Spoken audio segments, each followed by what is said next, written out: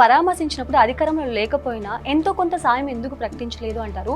అదేవిధంగా ఇదే జగన్మోహన్ రెడ్డి గారు ఎల్జీ పాలిమర్స్ అప్పుడు బాధితులకు ₹1,00,00,000 ఇస్తానన్నారు. ఆయన ఎంత త్వరగా ఇచ్చారండి? వీడేంట్రా వివరంతా లేనాడు అని చెప్పని అంటారు. ఎందుకంటే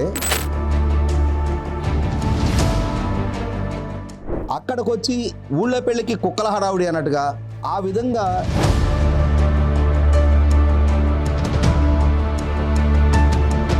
నువ్వు కూడా ఆ పిచ్చం డ్రెస్సులు లాగానే వాళ్ళు చనిపోయిన ఇళ్ళకి పరామర్శకు వెళ్ళావు. పుట్టెడు శోకంతో ఆ కుటుంబాలు ఉన్నాయి. అక్కడ సీఎం అని చెప్పని అనిపించుకుంటావా? కనీసం ఆ విఘ్నత ఇంగితం పనిచేయదా?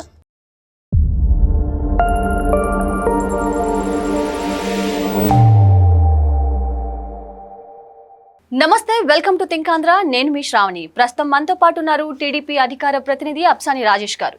రాజేష్ గారు నమస్తే. నమస్కారం. రాజేష్ గారు, నిన్న జగన్మోహన్ రెడ్డి గారు వైజాగ్ స్టీల్ ప్లాంట్ బాధితుల్ని పరామర్శించిన తర్వాత ప్రెస్ మీట్ పెట్టి మేము అధికారంలోకి వచ్చిన తర్వాత ₹1,00,00,000 ఇస్తామన్నట్టు మాట్లాడారు. సో ఇదే జగన్మోహన్ రెడ్డి గారు ఎంత రిచ్ అందరికీ తెలిసిందే. మరి పరామర్శించినప్పుడు అధికారంలో లేకపోయినా ఎంతో కొంత సాయం ఎందుకు ప్రకటించలేదు అంటారు. ఇలాంటి బిహేవియర్ని ఎలా అర్థం చేసుకోవాలి? అదేవిధంగా ఇదే జగన్మోహన్ రెడ్డి గారు ఎల్జీ పాలిమర్స్ అప్పుడు బాధితులకు ₹1,00,00,000 ఇస్తానన్నారు. ఆయన ఎంత త్వరగా ఇచ్చారండి? సో ఈ అన్ని విషయాల్ని చూసి జగన్మోహన్ రెడ్డి గారు ప్రెస్ మీట్ సమయంలో చూపించిన హావభావాలు కానీ, లేకపోతే ఆయన ప్రకటించిన విధానం కానీ, గవర్నమెంట్ మీద వేసిన నిందలు కానీ ఎలా అర్థం చేసుకోవాలంటారు? ఇప్పుడు వాస్తవంగా మనకి గ్రామాల్లో ఒక సామెత ఉంది. వివరం మాలిన నీపు నేసుకుంటే జారి ఏదో నాకాడు అని చెప్పని ఒక ముతక సామెత చెప్తారు. అట్లాగే కొంత విపరీత ధోరణి మనస్తత్వం కలిగిన వాళ్ళని ఉద్దేశించి ప్రజలు సంబోధించేటప్పుడు వీడేంట్రా వివరంతా లేనాడు అని చెప్పని అంటారు. ఎందుకంటే మనం ఒక శుభకార్యానికి వెళ్ళాం, వాళ్ళు సంతోషంగా వేడుక చేసుకుంటున్న క్రమంలో అక్కడ మనం కూడా వారితో కలిసి వాళ్ళ సంతోషంలో భాగస్వాములు అయ్యి మనం కూడా సంతోషంగా మన భావాన్ని వ్యక్తం చేస్తాం.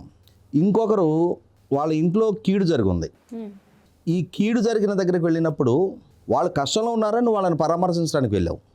వాళ్ళ కష్టాన్ని నీ కష్టంగా భావించలేనప్పుడు నువ్వు అసలు వెళ్ళొద్దు అక్కడికి.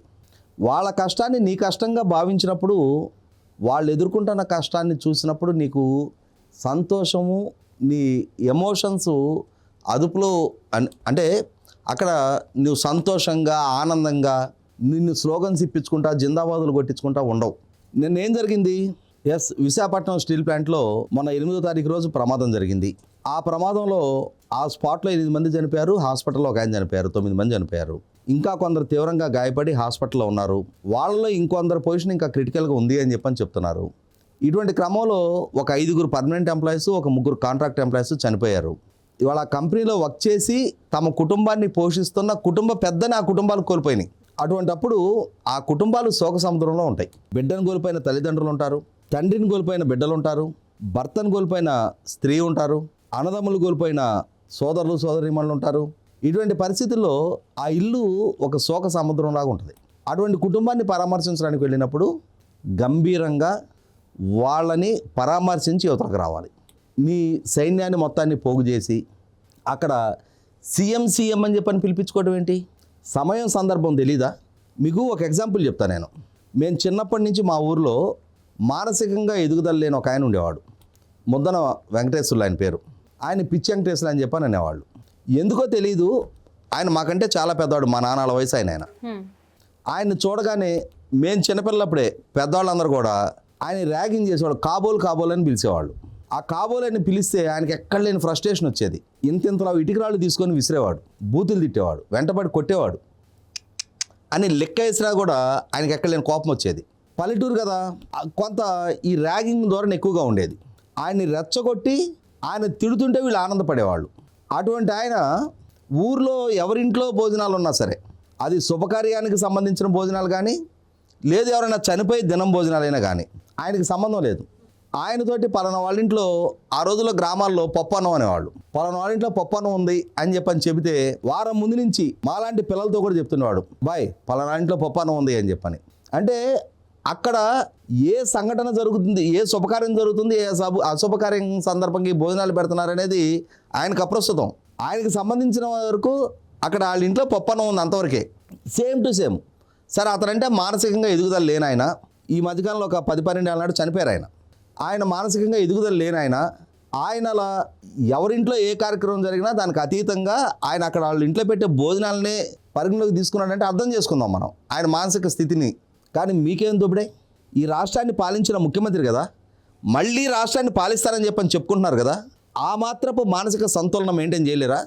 మీ శ్రేణులు ఎవరో చనిపోయిన ఇంటి దగ్గర నువ్వు పరామర్శకు వెళ్ళినప్పుడు, ఇంకెవరింట్లో శుభకార్యం చేసుకుంటావు నువ్వు వాళ్ళని ఆశీర్వదించడానికి వెళ్ళినప్పుడు, అక్కడికి వచ్చి ఊళ్ళో పెళ్ళికి కుక్కల హడావుడి అన్నట్టుగా ఆ విధంగా సీఎం అని చెప్పని సంబోధిస్తుంటే నిజంగా నువ్వు వాటిని చూసి ఆనందపడకపోతే ఒక్కసారి నీ శ్రేణులకి అక్కడ ఉండే స్థానిక నాయకత్వానికి ఇంకొకసారి ఇటువంటి ఏర్పాటు జరిగితే మీ ఈ పగిలిపోద్ది, పార్టీని సస్పెండ్ చేస్తా అని చెప్పని కఠినమైన వార్నింగ్ ఇస్తే వాళ్ళు మళ్ళీ కొనసాగిస్తారు దాన్ని. నువ్వు ఆనందపడుతున్నావు కాబట్టి, ఏం చేస్తే నీ కళ్ళల్లో ఆనందంగా కనిపిస్తుందో వాళ్ళకి తెలుసు కాబట్టి, నీ మానసిక స్థితి గురించి వాళ్ళకి అవగాహన ఉంది కాబట్టి నువ్వు కూడా ఆ పిచ్చంకటేశ్వరులాగానే వాళ్ళు చనిపోయిన ఇళ్ళకి పరామర్శకు వెళ్ళావు, పుట్టెడు శోకంతో ఆ కుటుంబాలు ఉన్నాయి, అక్కడ సీఎం అని చెప్పని అనిపించుకుంటావా? కనీసం ఆ విఘ్నత ఇంగితం పనిచేయదా? కనీసం మాత్రపు ఇంగిత జ్ఞానం ఉన్నవాళ్ళు ఎవరైనా సరే ఒక చనిపోయిన ఇంటికి వెళ్ళినప్పుడు నువ్వు అంతకు ముందు కారు దిగే ముందు ఏ జోకులు విన్నా నీ మనసు ఎంత ఆనందంతో పులకరిస్తున్నా అక్కడ వాళ్ళ ఇంటికి నువ్వు వెళ్ళావు, వాళ్ళని పరామర్శించడానికి నువ్వు వెళ్ళావు, నిన్ను రమ్మనాడు పిలవలా, నీకు నువ్వు వెళ్ళావు. వెళ్ళినప్పుడు అక్కడ ఎలా వ్యవహరించాలనే కనీస మాత్రపు అవగాహన, ఎలా ఏ సమయంలో ఎలా స్పందించాలనే కనీస మాత్రపు జ్ఞానం ఉండాలి. ఇవాళ ఏమర్థమవుతుంది జగన్మోహన్ రెడ్డిని చూస్తే?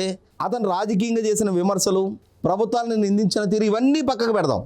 ఎప్పుడైతే నీ బేసిక్ అప్రోచే సక్రమంగా లేదో, నీ మానసిక సంతులన సక్రమంగా లేదు అని నిర్ధారణ అవుతా ఉందో, నువ్వు ప్రభుత్వాలను విమర్శించినా అది పరిగణలోకి రాదు. ఎందుకంటే మెంటల్లీ ఇంబ్యాలెన్స్, నువ్వు మానసికంగా స్థితప్రజ్ఞత ప్రదర్శించలేకపోతా ఉన్నావు. కష్టాల్లో ఉన్న వాళ్ళ దగ్గర కూడా వాళ్ళ శోకాన్ని పరామర్శించడానికి వెళ్ళిన సందర్భంలో కూడా నిన్ను కీర్తింపజేసుకుంటా ఉన్నావు. నీ శ్రేణులు సీఎం అని అరుస్తుంటే ఆనందిస్తూ ఉన్నావు. ఇటువంటి వాడివి నువ్వు ఎన్ని ఆరోపణలు చేసినా, ప్రభుత్వాల మీద ఎన్ని నిందలు మోపినా, నా హయాంలో అలా చేశాను ఇలా చేశానని చెప్పి నువ్వు చెప్పుకున్నా అసలు అవి గురించి మాట్లాడే అర్హతే నీకు లేదు. కాబట్టి నిన్నటి జగన్మోహన్ రెడ్డి పర్యటన, ప్రభుత్వాన్ని విమర్శించిన తీరు, ప్రభుత్వం మీద మోపిన ఆరోపణలు, ఇంత ఎక్స్గ్రేష్ ఇవ్వాలి అంత ఎక్స్గ్రేష్ ఇవ్వాలి అని చెప్పని ఈ ఆరోపణలు చేయడానికి కావాల్సిన బేసిక్ క్రైటీరియా అతనికి లేదు, బేసిక్ ఎలిజిబిలిటీ అతనికి లేదు. ఎందుకంటే అతని మానసిక సంతులన సక్రమంగా లేదు అనేది నిన్నటితో నిర్ధారణ అయిపోయింది. అంటే ఎవరైనా సరే ప్రతిపక్షం ఇలాంటి ఘటనలు జరిగినప్పుడు అధికార పక్షం కన్నా ముందు ఉంటుంది. కానీ జగన్మోహన్ రెడ్డి గారు నెక్స్ట్ డే వెళ్ళి పరామర్శించారు. అదే లోకేష్ గారు కానీ పవన్ కళ్యాణ్ గారు వితిన్ 6 అవర్స్లో అక్కడికి వెళ్ళి బాధితుల్ని పరామర్శించారు. సో దీన్ని ఎలా అర్థం చేసుకోవాలంటారు? అంటే ఇక్కడ గమనించుకోవాల్సింది ఏంటంటే, మామూలుగా మనం ఏదైనా ఒక పచ్చి మామిడి పండుని తీసుకొచ్చి ఇంట్లో పెడితే 2 రోజులకు 3 రోజులకు పండుద్ది. అది అంటే ఏంటి? సమయం గడిస్తే, ఆ సమయం గడిచిన తర్వాత తాను వెళ్తే ఈ ముందు రోజు ఈ అధికార పక్ష నాయకులు, ప్రభుత్వంలో ఉన్న పాలకులు, పెద్దలు వీళ్ళందరూ పర్యటించే సందర్భంలో తాను కూడా వెళ్తే వీళ్ళందరికన్నా తాను ఈ ఏర్పాట్లు చేసుకొని, ఈ క్రౌడ్ పూలింగ్ చేయించుకొని, ఈ సీఎం అని అర్పించే ఈ ఉన్మాదమ బ్యాచ్ని అందరిని పోగు చేయించుకొని తన ఆనందం వ్యక్తం చేయడానికి ఎక్కడ ఆస్కారం దక్కుద్ది? కాబట్టి మీరు గమనించుకోవాల్సింది, జగన్మోహన్ రెడ్డి కష్టంలో ఉన్న వాళ్ళ పట్ల వెంటనే స్పందించడం. చరిత్ర నేర్పిన పాఠాలు మనకు చాలా ఉన్నాయి. చరిత్రలో చాలా సంఘటనలు జరిగినాయి. ఇతను ముఖ్యమంత్రిగా ఉండగా 2021 నవంబర్ 19వ తారీఖు రోజున ఇతను పుట్టి పెరిగిన జిల్లాలో అన్నమయ్య ప్రాజెక్టు బ్రీచ్ అయింది. 46 విలువైన ప్రాణాలు పోయినాయి. 6 గ్రామాలు తుడిచిపెట్టుకుపోయినాయి. వేలాది ఎకరాలు ఇసుక మేటల్లో కప్పబడ్డాయి. డిసెంబర్ 2వ తారీఖు 13 రోజుల తర్వాత వాళ్ళని పరామర్శించడానికి వెళ్ళాడు ఈయన. రాష్ట్ర ముఖ్యమంత్రి నీ పాలనా వైఫల్యం కారణంగా, నీ ఇరిగేషన్ మంత్రి అతని పర్యవేక్షణ లోపం కారణంగా అంత ఘోర దుర్ఘటన జరిగితే దశాబ్దాల తరబడి మిమ్మల్ని తల మీద పెట్టుకొని మోస్తూ ఉన్న కడప జిల్లా ప్రజలకు అటువంటి కష్టం తలెత్తితే 13 రోజులకు పరామర్శించాడు. ఇతను ముఖ్యమంత్రిగా ఉండగానే తిరుపతి రుయా హాస్పిటల్లో కరోనా సందర్భంగా ఆక్సిజన్ సక్రమంగా సప్లై చేయని పర్యవసానం 40 మందికి పైగా ప్రాణాలు కోల్పోయారు. కనీసం దాన్ని అడ్మిట్ కూడా కాలైనా ఆక్సిజన్ కొరత కారణంగా ప్రాణాలు పోవడం ఏంటి, అసలు జరగలేదు, వాళ్ళందరూ సహజ సిద్ధంగా చనిపోయారని చెప్పాడు. ఇతను ముఖ్యమంత్రిగా ఉండగానే జంగారెడ్డిగూడెంలో నాటుసారా తాగి 26 మంది చనిపోయారు. నిండు అసెంబ్లీని తప్పుదో పట్టిస్తా తప్పుడు సమాచారం ఇచ్చాడు. అవి అసలు కల్తీ సారా మరణాలే కాదు, అవన్నీ సహజ మరణాలు అని చెప్పాడు. అటువంటి జగన్మోహన్ రెడ్డి పాలనా హయాంలో ఏ విధంగా వ్యవహరించాడనేది కళ్ళ ముందు కనిపిస్తూ ఉండగా ఈరోజు తనేదో ప్రజల కష్టాల్లో వేగంగా స్పందించి ఆ వెళ్ళటం ద్వారా ఈ ప్రభుత్వం కూలిపోద్ది అంటే వెంటనే పరిగెత్తాడు. తను అక్కడికి వెళ్ళి స్పందించడం ద్వారా ఈ ప్రభుత్వాన్ని వెంటనే దింపేసి మరుసటి రోజు తను ముఖ్యమంత్రిగా ప్రమాణ స్వీకారం చేయిస్తారు అని అంటే క్షణాల్లో అక్కడ వాలిపోతాడు. కానీ సాంకేతికంగా అవేవి సాధ్యం కాదు కాబట్టి నాడు పాలకుడిగా ఉన్న రోజు ఎలా స్పందించాడో ఈ రోజు కూడా అలాగే స్పందిస్తున్నాడు. అతనికి ప్రజల కష్టాలు ఆవేదన అనేది ఒక ఎన్నికల ప్రచారానికి వాడుకోగలిగే ఒక స్టఫ్ మాత్రమే. అంతకు మించి వాళ్ళు మనుషులే, వాళ్ళు కష్టాలు ఎదుర్కొంటూ ఉన్నారు. వాళ్ళని ఆదుకోవాల్సిన బాధ్యత ప్రజా జీవితంలో ప్రజలకు నాయకత్వం వహించాలి అనుకునే రాజకీయ పార్టీ అధినేతగా ఉన్న నా మీద ఉంది అని చెప్పి అతను ఏ క్షణంలో ఫీల్ అవ్వలేదు, అవ్వడు కూడా. Thank you Rajesh.